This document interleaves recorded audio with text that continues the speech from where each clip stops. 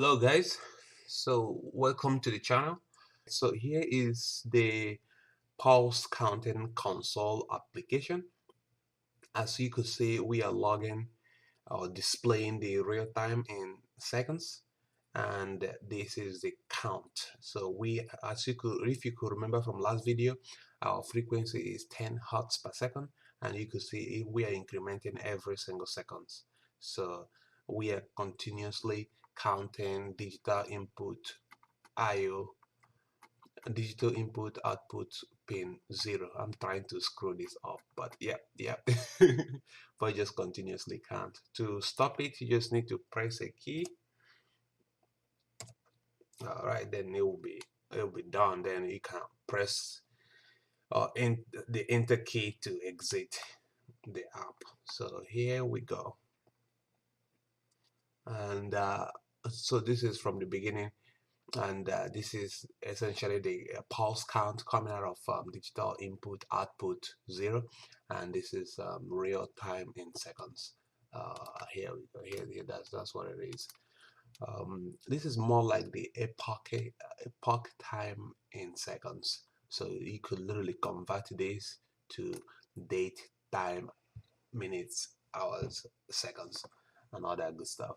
So yeah, and that's what we have. So how did we come to this point? I will show you.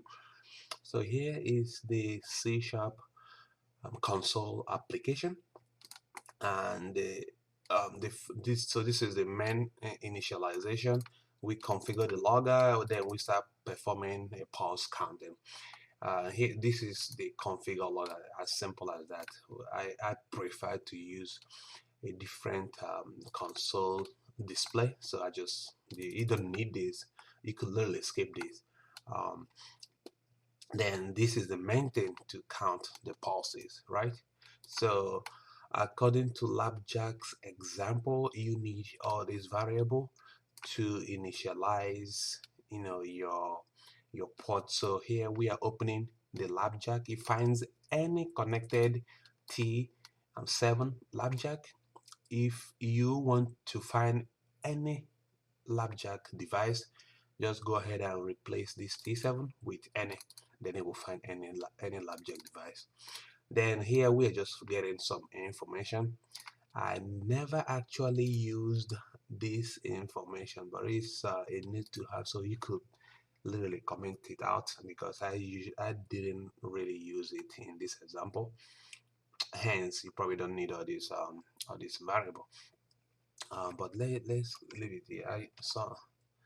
So, and over here, so I am actually calibrating the real-time clock for the Labjack T7 Labjack. Some Labjack older device do not have a real-time clock, but the T7 module does have a real-time clock. But since whenever you unplug the device, it loses its calibration, so it won't be correct. So what I'm doing here is every single time I run this application, I will calibrate it. So what I do, I get the um, Unix time in seconds. I get it, store it in this variable, and now this is the main code. So this is how you configure your Labjack to do whatever you want it to do. So it could the way I've got these names. So this is the registrar name. The way I got it, you can watch the last video that I uploaded, so that you will find out how I got these names. But essentially, this is generating my pulses. This is setting. I'm configuring a dark one, digital to analog converter, number one, to generate my pulses, my 10 hertz pulses, and I use this to calibrate my Labjack real-time clock. Then I use this to disable my digital input output 0, pin number 0. I disable it then I want to assign an index on it, then I will enable it again. So the value here is, so the value number 1 gives this DAC a 10 hertz signal. Unix time in seconds sets the calibration factor. Basically gives the real-time clock the current, sets the current time in seconds for the real-time clock. Then the value 0 disables it, the value 8 assigns the index, then the value 1 enables it so that we can start counting the pulses. Again, check out the last video, you will get a lot more information, a lot more detail in terms of this configuration. So now we are done with configuration. We want to write it to the register, and I just say configuration completed, just show it on my screen. So this is where we start reading it. Again, check the last video, you will find out how why I am using this register name. Then I initialize the value of 0.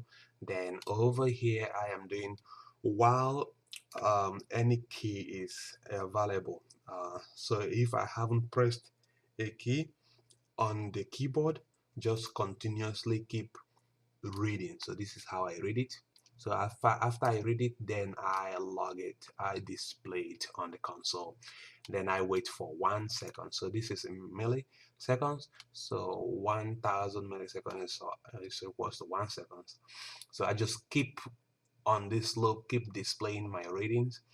Then as soon as I press a key, I will close the Labjack device, and I'll be done. So that's essentially it. So now that I showed you all the code, if I go ahead and run it again, you will see how it works. All right, here you go again. All right, this is the current pocket time. So this is quite right. Let me see if I can show you.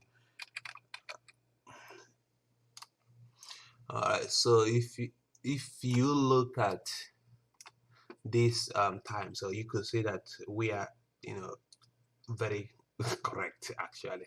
So this is a constant time, and if you convert it to human readable, it gives you today's time and date and everything. So yeah, this is working fantastic, and I hope this was helpful. Subscribe, and I will talk to you later.